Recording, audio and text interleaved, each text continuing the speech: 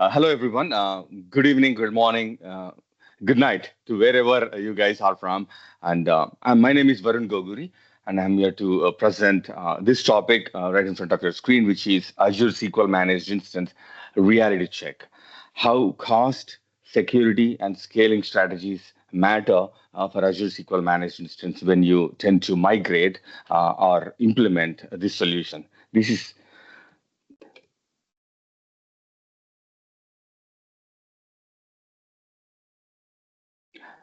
Formal, my introduction is my name is Varun Goguri. I'm a senior database administrator working for a financial institution. I have 12 plus years of experience in IT, especially in the data architecture, database design, database automation, in terms of Microsoft SQL Server and Azure IaaS, PaaS, and SaaS solutions. And I'm also an AI enthusiast, like we all are in the current era. And I'm also a fitness enthusiast. Um, I'm a Fabric administrator too. We recently implemented Fabric solution, getting in there. We are in the POV phase right now, and I do Fabric administration for my employer. Uh, my sister definitely want me to talk about my mentor want me to talk about my ultra endurance athlete and my skills in terms of fitness industry. I do a lot of um, ultra endurance challenges like 100 miles bike races or running races, marathons and half marathons. And I do competitions with some group of my friends where we go out within the United States for now at least, where we go to Arizona, do some marches, marches for causes. Um, Things like that. And I'm a certified fitness coach as well. I can teach weight training and yoga instructions as well. I tend to believe that fitness is something which is very important for everybody in their life, which will give a lot of confidence in the rest of the things that we do at work, in personal life, relationships, and everything else. So, if you guys have any questions at the end of the session or later in terms of fitness or to contact me directly, that's my LinkedIn right there, and my website is varungoguri.com. Moving on, the audience for these sessions would be typically I would categorize database administrators since managed instance is primarily a database administrators core responsibility to manage, implement roles and responsibilities and security aspects of the architecture. The data architects, of course, to understand the managed instance architecture, which is managed by the Microsoft itself in this platform as a service case. Cloud engineers or slash developers, I should say, for scripting, for query optimization techniques, and what to look forward to in managed instance. Technical leaders, of course, I'm going to talk about a lot about how vendor communications is important. Um, but this presentation would be a use case. It's a clear use case of my work. So most of the session that I'm going to talk about challenges that I have faced and how we overcome those challenges and how it was a challenge to overcome those challenges based off of the DBA title and the responsibilities as a database administrators. So technical leaders and leadership could be a good audience for this one as well, in my opinion. Why this session matters? Um, Lift and shift is not simple. What I mean by that is typically when somebody is implementing an Azure SQL managed instance, 90% of the time it is coming from an on-prem SQL servers into the cloud. So in that case, it's just not a backup restore or attach detach method that we use generally.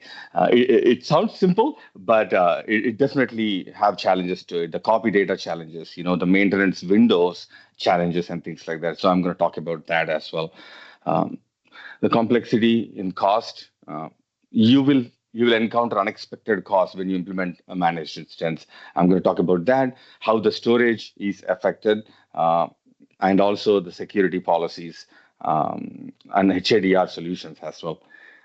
Operation challenges grow exponentially. What I mean by that is when the data increases, uh, the operation challenges increases in managed instance, especially when there is limitations in terms of maximum terabytes of size that we can go in managed instance. So um, please do keep in mind that this session is a use case scenario. I would not be demoing anything, but I would definitely sharing my experiences with managed instance and how I dealt with those challenges.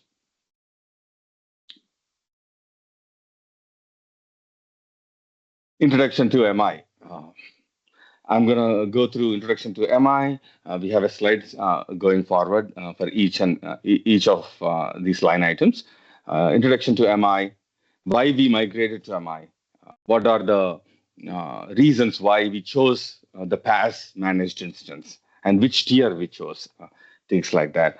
Um, Top three hidden costs for MI.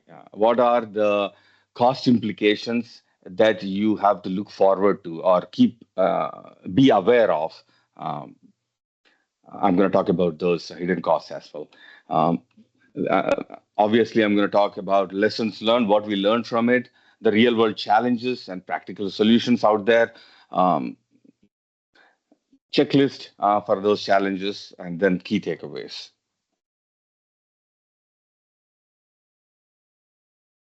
What is Azure SQL Managed Instance? It's a fully managed platform as a service SQL Server offering um, with near full engine compatibility, which means it's an latest enterprise edition by Microsoft. Um, it has built-in high availability and automated backups, backup retention policies. Patching is done by Microsoft. We don't have to worry about as a database administrators. Maintenance, we do have to worry about the index maintenance, the DBCC checks, the consistency checks and things like that. What the traditional database administrators do, we still do take care of the maintenance aspects of the databases. When I talk about built-in HA, the high availability is some HADR, high availability and disaster recovery solutions is something that we always want for any database architecture, database server solution, right? So I'm going to talk about the bottlenecks of regions. So South Central US region is not the same as US East region. There are some vulnerabilities and compatibility issues. There are some features under preview. So I'm going to talk about the zone redundancy and how the high availability solution is implemented in the South Central region, specifically where I manage SQL managed instance. SQL Managed Instance supports SQL agents, obviously, linked servers, and it has cross database queries that you can do as well. I want to make a note here that in a SaaS solution, software as a service offering from Microsoft, Azure SQL Database does not support cross database queries. So that's something that we realized during the implementation, and one of the decision making aspect of why not go for a SaaS solution, rather go for a platform as a service solution. We have a few tiers in SQL Managed Instance: general purpose tier, business critical tier. Quite a few differences between these. I'm going to talk about what's the differences between these two tiers in a later slide. One good thing about business critical is read-only replica. I'm going to talk about that read-only replica availability as well.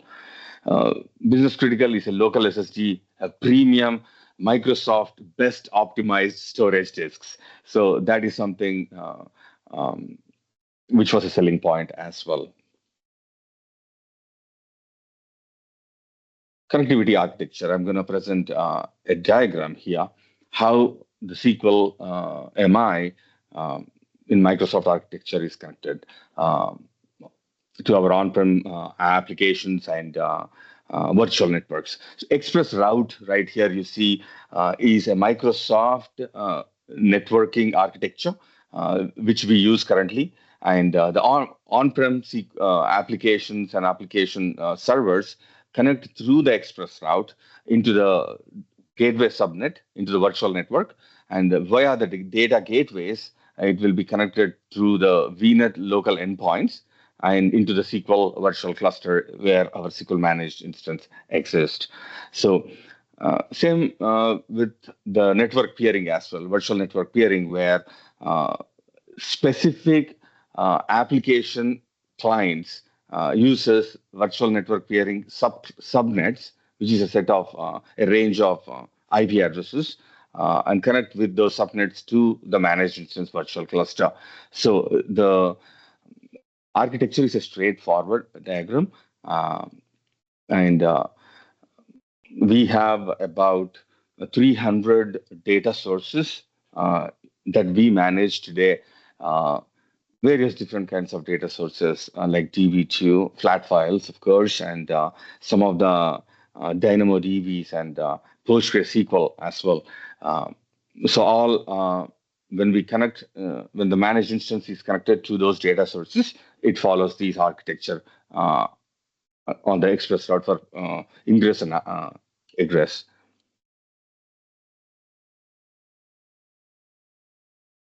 Why we migrated to managed instance? Yes, when we were on-prem SQL Server, it's a 2016 standard SQL Server running on a 2016 Windows machine.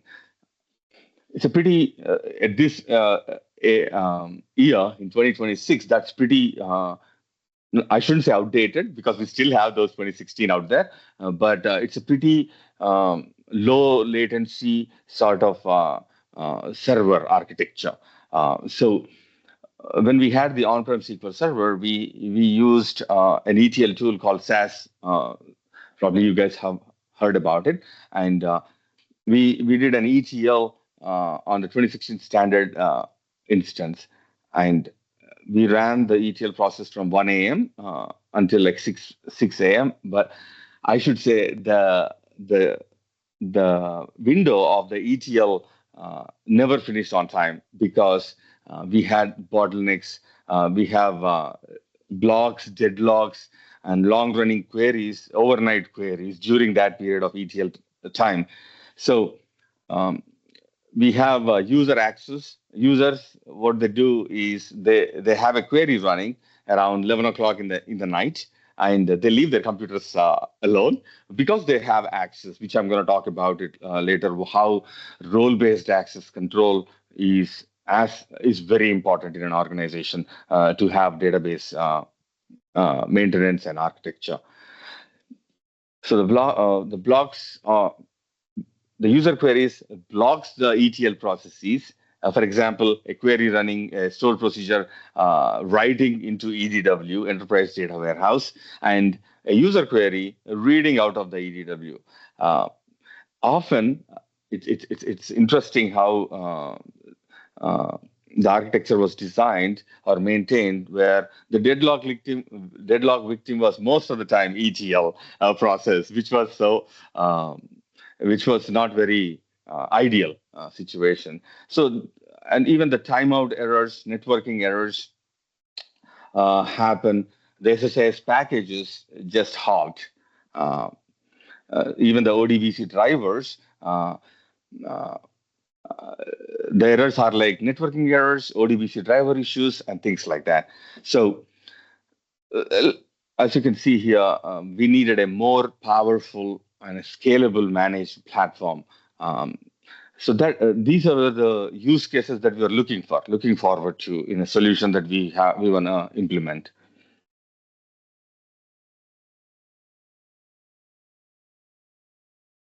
Pre-migration pain points. Like I was mentioning, user accessing systems during the ETL build hours, causing deadlock victims. That's a big case. Uh, the workaround, what we did when we had the on-prem SQL servers, was remove access to the users during the ETL times. So from 1 o'clock to 6 o'clock in this case, we literally removed any access to the user. So whoever, and we killed the sessions that were hitting the on-prem SQL Server to accommodate the ETL build hours.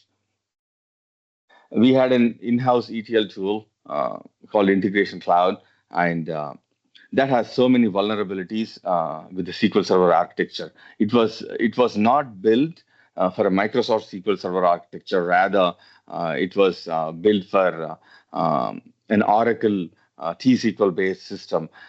So there were some C# code that needs to be adjusted, uh, which gave us several issues. Um, Leadership definitely wants everything to be resolved in a single day, right? That's a DBA challenge, I would say, and it's hard to work through that. So these were migration pain points. So the decision to implement Azure SQL MI business critical was because of these uh, list items right here. We had several conversations with Microsoft vendors. You know, Microsoft always want vendors are so supportive with us. You know, they always want to sell their products for sure. But we were looking forward for these uh, features before we decided to go to business critical, which is HADR, high availability and disaster recovery solutions, the recovery point objective and recovery time objectives, those numbers when there is a disaster. Um, MI is a powerful memory optimized solution. It supports memory optimized tables as well in business critical tier. Um, Business critical tier comes with a read-only replicas, which means when we implement a primary solution, uh, an instance of managed instance, it comes with read-only replica, a secondary, read-only secondary, which users can actually use and hit for their analytical or read-only purposes. That would uh, that would eradicate the bottlenecks, the deadlocks and blocks that I was talking about during the ETL times, because ETL going to happen in the primary instance, and um, analytics portion of Power BI, or if a user is reading a query, that would happen on read-only replica. And our employer was it's a financial institution, and they are Microsoft shop, so we tend to lean towards the Microsoft products, right? We looked into Snowflake, we looked into other solutions as well, but we lean towards the business critical managed instance for our EDW and Operation Data Store solution. It also is streamlined with Power BI analytics, and Power BI, as you all know, it's a pretty famous analytical tool where organizations are adopting exclusively these days. Always on availability groups and replicas. Yes. Uh, for a disaster recovery solution, we can implement always on availability group replicas, where we create a secondary instance in the paired north central region. And ultra low latency, yes, this is something. Ultra low latency is something that we always wanted, because the latency with on-prem SQL servers was huge during the ETL. This is a slide which compares features between a general purpose and business critical tiers. These are the two major tiers. There are some other tiers which are in preview. I don't think they're generally available yet, but those other tiers are inclined towards the general purpose tier. But this is an generalized differences between a general purpose and business critical tier.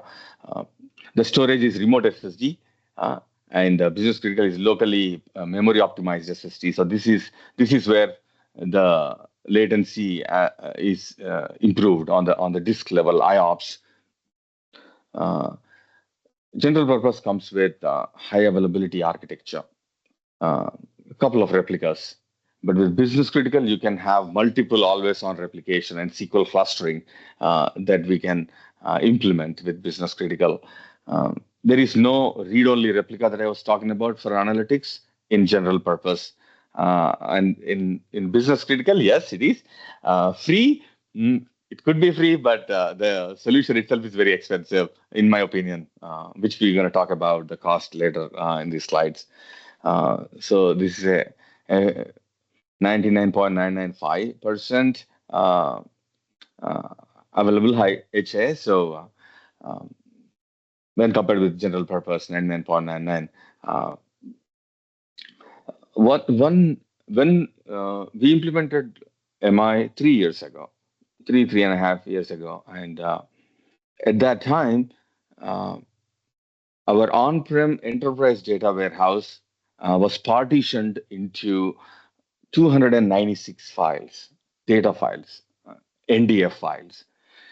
3 years ago, the general purpose tier could not support those many files for a single database. There was a limitation. So, because of that limitation, general purpose was out of the picture already. Um, and business critical supported n number of data files for a single database.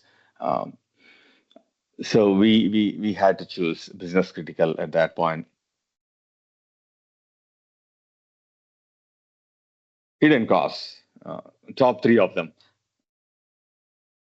Hidden cost number one, when it comes to managed instance that we all wanna think about before choosing the solution itself, the backup storage. Uh, SQL Server managed instance comes with inbuilt PITR and LTR backups. PITR is point in time restore backups where you can restore a database in case of a disaster to a particular point in time. Um, like a transactional backups, if I can call it, uh, point in time restores, and long time retention backups, LTR backups, right? And by default, they give you 7 days, which is minimum cost. So anything beyond 7 days, if you want to replicate with these uh, Azure backups, it's not possible if you choose 7 days. If we go 14 days, 1 month, 2 months, the cost increases exponentially, I should say. Though the storage is cheaper, the cost increases exponentially. Um, Geo-redundant backup storage.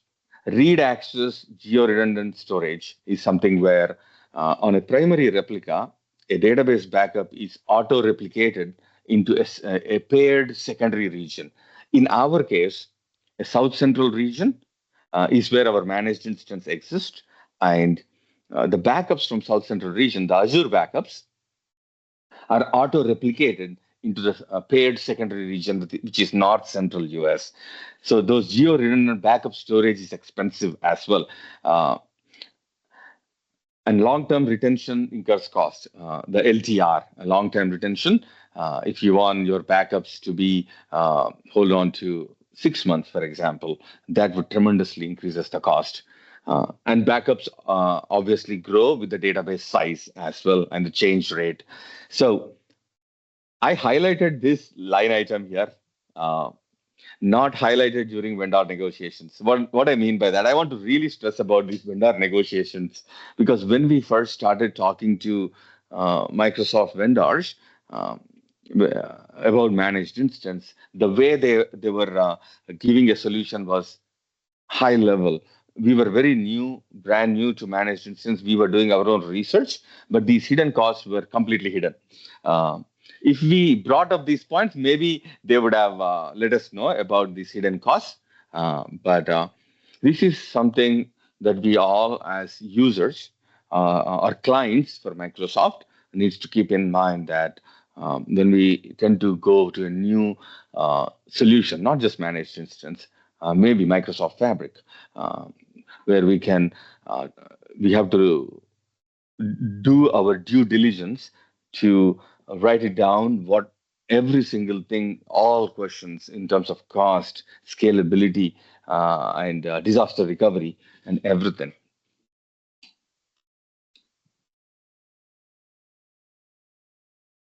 I know I'm just keep going. I hope I'm not too fast or not too slow.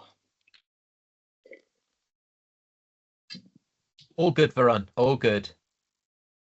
Uh, so hidden cost number two, auto failover groups. This is a big one. Um, when we spin up a managed instance in South Central region, it does not automatically comes with a failover group uh, or a secondary managed instance. So a DR replica, a disaster recovery replica, is a full-blown price, meaning uh, right now on an estimate, don't quote me on this one as a perfect pricing numbers, but with a right now we pay about $30,000 per month on our primary managed instance. I'm not talking about any reservations or anything. Uh, the primary cost is $30,000 per month, South Central managed instance business critical. If we had to implement automatic failover groups, this failover clustering, uh, then we have to spin up an exact replica business critical instance in a paired region, North Central US region. And the storage cost, everything going to be exact replica of the primary. So the cost going to be doubled. Instead of 30,000, it will be 60,000 if we implement auto failover. So this is a very expensive. It depends on the organization too, of course, what is expensive and what is not. But 60,000, it's a double price, which is for our organization, it was a pretty expensive deal at this point. Uh, but we still implemented it, but it was still an expensive one. This was not something that we were aware of. When we implemented managed instance, we I should say assumed that the automatic failover groups and the read only the secondary managed instances are all included, but they are not. So full storage cost is duplicated. Uh, uh, Network egress for replication. When we have to replicate the databases from on primary to the secondary through the failover groups, that comes with a maintenance cost as well. Not highlighted during the vendor negotiations. This is something. Reservations is something that Microsoft offers for most of their products, and which tremendously saves cost, at least 30 to 60%, I would say. Uh, but the limitation is we need to commit for a year to 3 years. So you have to be aware that, hey, if we buy 3 years, what if we want to move to a different architecture within those 3 years? So if we buy 3 years reservation, we pay the cost upfront, and um, if we decide to move away from managed instance into another solution in 2 years, I think the cost is not refundable. Um, and obviously they do not cover the backup storage and the DR replicas. These reservations, they have to be bought separately. Um, we are very tied up with the if we buy reservations. Kind of a freedom is our freedom of changing vCores or increasing or decreasing the size of the managed instance will be affected if we buy reservations. So we have to be aware that this is the number of vCores that we need for sure for the rest of the 3 years or during the reservation time. We currently sit at 128 vCores machine. Like I said, no refunds uh, if migrated within the reservation period to a different solution. What we learned from this whole experience of decision making for managed instance, negotiation lessons, regional limitations not always disclosed. South Central US region, like I was talking about in the earlier side, has no zone redundancy, only locally redundant. So that means in South Central region we have 4 zones, but our SQL Server managed instance is sitting in one zone, and it is only locally redundant in that one zone. So that is something we were surprised by it. So we didn't know that. We thought it was zone redundant, not locally redundant, where in case of a disaster, the primary replica will be failed over to another zone within the same region. But that was not the case for South Central region specifically. If we deployed in US East or any other uh, region, that was not the case. It was zone redundant. But South Central US region, for some reason, it's still locally redundant. So if a building block in South Central region uh, explodes for any reason or goes down, uh, then until the Microsoft fixes the whole architecture, whole building, um, we are down. So there is a big risk up there, though it's a very rare, but it is a possibility that could happen. So we have to keep that in mind and ask those questions during the vendor negotiations. Yeah, high availability only within local four node cluster. That's what I was talking about. Um, and the disaster recovery requires paid region at extra cost, which is the always on availability groups. Takeaway is ask explicitly about the regional constraints because not all regions deliver the same product. Uh, some of the regions have are generally available. Some of them are in preview, as Microsoft calls it. Challenges and practical solutions. Storage limits, ETL challenges, and architectural decisions that we took. Storage limits. Business critical tier has a maximum storage limit of 16 terabytes. When we first moved into managed instance, we had 11 terabytes of data that we moved. And today, it is about 15.4 terabytes of data. So we are at 94%. We're very close. And every day, we tend to write 9 GB of data every day into the system. So we are getting there. Sooner, we'll be at 16 terabytes limit. Uh, there are some, at this present infrastructure, MI infrastructure, there are some TempDB spikes that happen when users use TempDB temporary tables intensive queries and hit the primary replica, uh, which tends to increase the TempDB space very fast, very quick, and it will be 100% in no time. So the 16 terabytes limit is reached. So when the 16 terabyte limit is reached in managed instance, the performance of the managed instance go very slow. It's degraded, and nothing seems to work right. What we have to do at that point, we have a capability of doing a manual failover.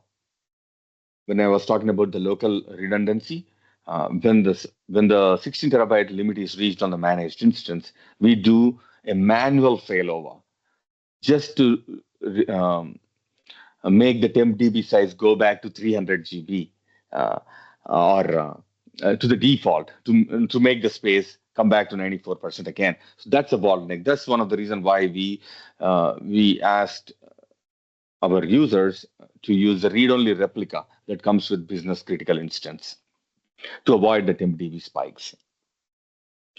Shrinking databases is not feasible. It's feasible, it's possible, but uh, it's not Microsoft recommended.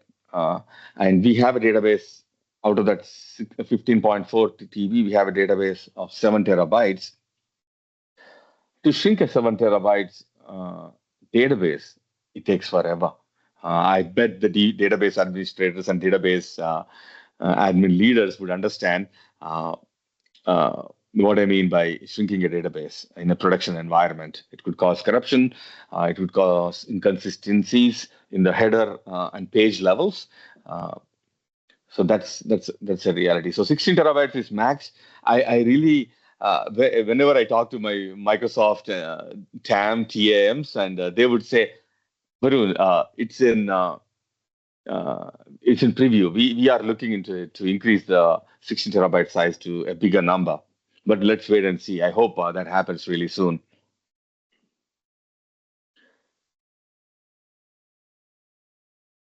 The workarounds, what we did for to address that limitation of 16 terabytes is to offload some of the databases to another IaaS machine. So we offloaded a couple of databases. Together was 1.5 terabytes. So we moved that to an IaaS, and then we did a linked server between the MI and IaaS for the cross database queries uh, for our users. Manual failover to reset the temp DB, where we can release some. The default temp DB is 300 GB, but when the users are hitting the database with temporal tables creation, it can go up to like a terabyte. So for that memory to be freed up, we do a manual failover. As you can, the reason why we do manual failover, I should say, is we don't have a way to stop and start the managed instance because it's a PaaS service. Even Microsoft do not have that capability to stop and start the managed instance in PaaS because it's a business critical instance. Their rules does not let them stop and start a production business critical TIA. So for that, we do a manual failover. Manual failover makes the node of the SQL managed instance switch between those locally four node cluster. When that switch happens, the managed instance has to restart. And the DBS would say yes to this. When we do a restart of a SQL machine, the temp DB goes back to the default settings. In our case, it was 300 GB, releasing the rest of the space to the managed instance. That was a challenge for sure. Yeah, we need to reevaluate data retention policies. Yeah, and partitioning and archiving strategy must be implemented. We are working on that very rigorously. ETL challenges. Mm, yeah, our in-house ETL tool that we built like 5 years ago, I think, based off of C Sharp and .NET code. It was not compatible with managed integration runtime SSIS catalog. So we had to use the SSIS packages on a virtual machine. We hosted SSIS package on a virtual machine, and from there we did our ETL process, ETL loading into the managed instance databases. There were latency and timeout issues, sometimes very less uh, when compared with on-prem. Uh, but SQL management is a powerful machine. It is helping us a lot in terms of these networking issues. So whenever there is a hiccup, I would call it, of a timeout issue in the SSIS package because of the conflict between on-prem and the MI, uh, the database administrators will have to go on call in the middle of the night and to restart the jobs or to troubleshoot the bottlenecks. There were instances where a source column uh, is altered, and the source for a financial institution, sources are different sort of loan vendors and loan vendor applications. So in the data source, when they change a data type, for example, the our SSIS packages were not adaptable enough uh, to accommodate that change, and there would be a halt in the ETL. So we had to fix that in the middle of the night. We are rigorously working on automating this whole stuff, and which I'm going to talk about it here in a second. So the workaround for these addressing these challenges would be to have a constant communication with source vendors and um, deny access to business users during ETL for sure. That's something that we've been doing quite for a while, and all the 600 business users are aware of that. that they would not be able to query our EDW and ODS infrastructure during the ETL times. Encryption and certificate management. We have secured our social security numbers and all PII information with always on encryption certificates. And since the key, we would, as a DBS, we would like to uh, host those host those certificates in the Azure key vaults, but they are not supported, unfortunately, by our C# and .NET ETL tool. So to accommodate that, we had to use a local cert store where our SSIS catalog is hosted, which is an on-prem Windows machine. Also, the ETL tool has several vulnerabilities with Entra ID and Active Directory authentications. So we had to use some SQL accounts, which again tend to increase password management complexities uh, for SQL accounts. ODS and EDW reality. In today's environment, ideally, all the business users need to only hit the enterprise data warehouse with the star schema, where the star schema exists, right? Uh, but since there were limitations because of the leadership changes and developers coming in and developers going out, our ODS environment, which is the transformation phase of ETL process, extract, transform, and load. Extract is where the data sources come. We extract data from the data sources. Transformation happens in ODS, and loading happens into EDW. So the operational data store transformations were not enough. That lot of reporting happen. Business users reporting is happening in the ODS layer, uh, and some of them is in EDW. So uh, we had to make sure that all business users only query from EDW for their Power BI analytics and business to make the business decisions, right? So our ODS infrastructure is not PCI compliant, but EDW is. So we are working towards creating a governance standards as well. So data governance standards is very important for an organization, which we are working on. So constant work efforts with governance team, business users, developers to achieve the end goal of one united EDW. Yeah.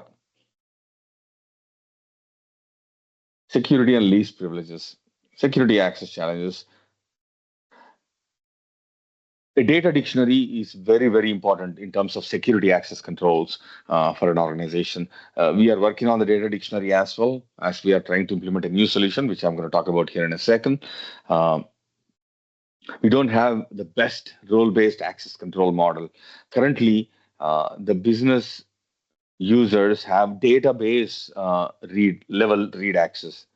We do have some granular object level read access for users, some grants and some denies in the database, but uh, I would like to see a role-based access control based off of roles defined, uh, like roles like data owners, stewards, analysts, like the role-based access control roles. We are defining them as we speak.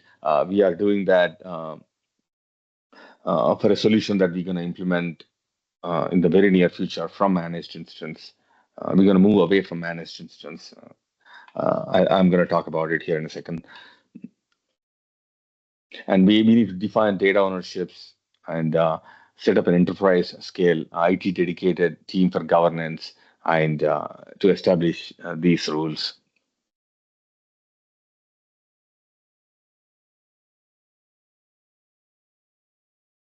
Over the past few years, in my experience, as I said, this is a use case.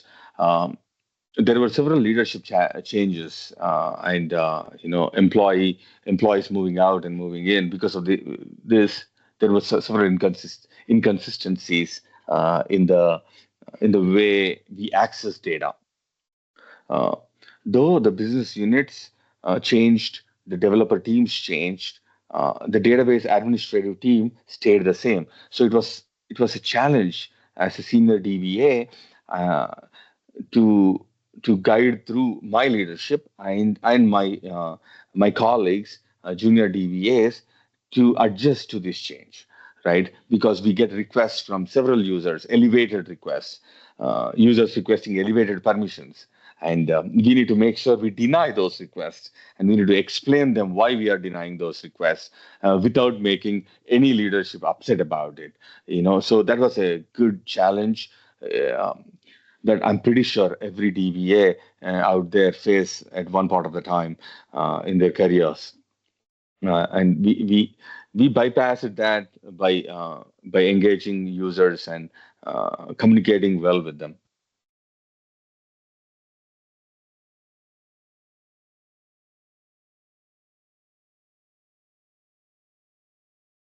Maintaining standards under pressure. Yeah, that's exactly what I was talking about. DBA role is very, in my opinion, DBA role is very broad. We wear several hats, different hats at different times based off of the project. So uh, when we hear the phrase "just make it work," uh, we tend to adjust to that phrase because it's coming from from a leadership standpoint. We have to adjust to that and do it right. Just not make it work, but also do it right. So DBS are under constant pressure. Uh, definitely that is something to keep in mind where we stand our ground. We stand with our best policies uh, and iterate those policies on paper and produce those policies to the executive leadership for their sign off when such scenarios happen. Mm.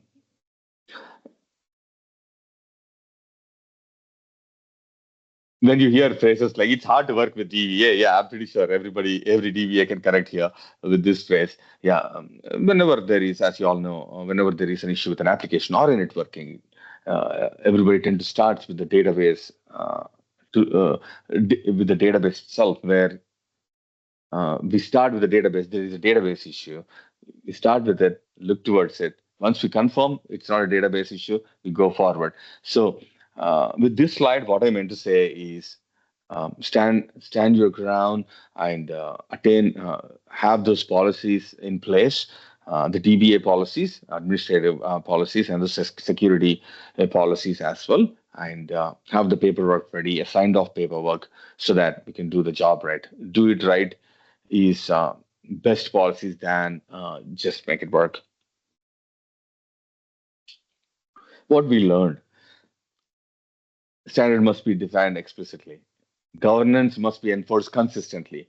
It's not like once every quarter, but the governance standards as a DBS, we need to keep that in mind as well while we implement our data solutions and working with developers on the DevOps style of work culture. Cloud does not remove complexity; it just shifts it in an upgraded way. So even cloud technology, when we move to cloud, that doesn't mean that everything is taken care by the vendor or the service provider itself, like Microsoft. We need to be due diligent on what we do and how we gonna make decisions. And managed instance require proactive cost plus storage monitoring for sure. Understand organizational resource limitations and work through it. So what I just talked about. Checklist: validate region limitations early. Make sure we ask questions about what are, if there are any limitations in the regions uh, before we implement a solution. Uh, Backup and DR cost realistically, model them. Set up a plan for the budget and the strategies. Uh, Plan for a storage growth. Storage always grows. TempDB spikes. There is a limit. If you are a big organization and if you have data more than 16 terabytes, managed instance is not the way to go. And plan accordingly. Yeah.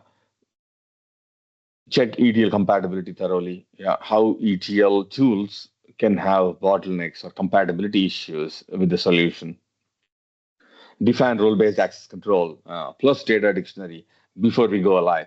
This is a very huge deal. RBAC and data dictionary, especially for financial institutions and the auditors. This is exactly where the auditors jump deep dive in. Um, Establish governance escalation paths, meaning establish dedicated governance teams within IT to support DBAs and developers and the auditors. Monitor cost anomalies monthly. Yes, cost management in Azure. We have a pretty beautiful cost management interface in Azure portal where we can see daily, monthly cost and get reports out of that. Document failover plus recovery runbooks.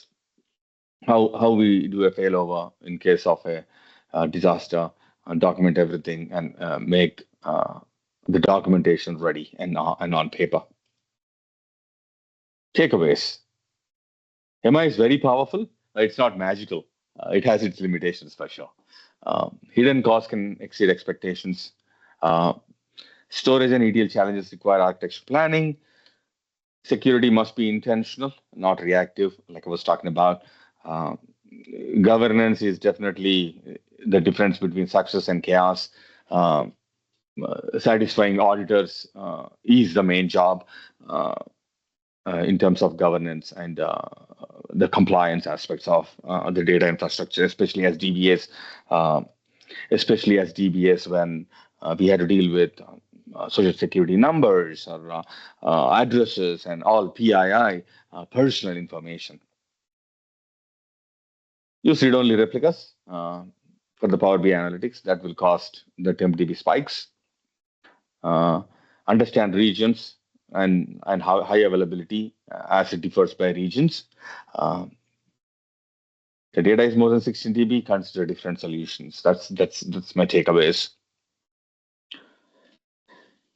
Microsoft Fabric. I did not include Microsoft Fabric in my abstract for this presentation, but this is where we are going next.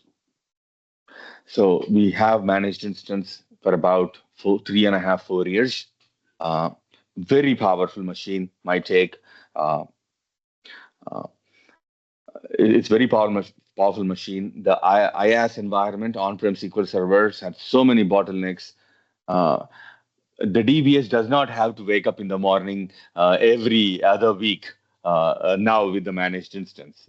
We do wake up in the morning to fix issues, but not as bad as the on-prem SQL servers. So managed is a powerful machine, but now the 16 terabytes, as we are at 94%, we are tend to move into another solution. Microsoft Fabric. We have looked into several aspects we looked into Synapse, Azure Synapse, we looked into Snowflake, um, we looked into several other solutions as well with vendors. We had several kind of GCP, BigQuery, that was a big one. We were looking into migrating our entire infrastructure into BigQuery, GCP platform, but the budget issues, the budget negotiations with vendors didn't work out well.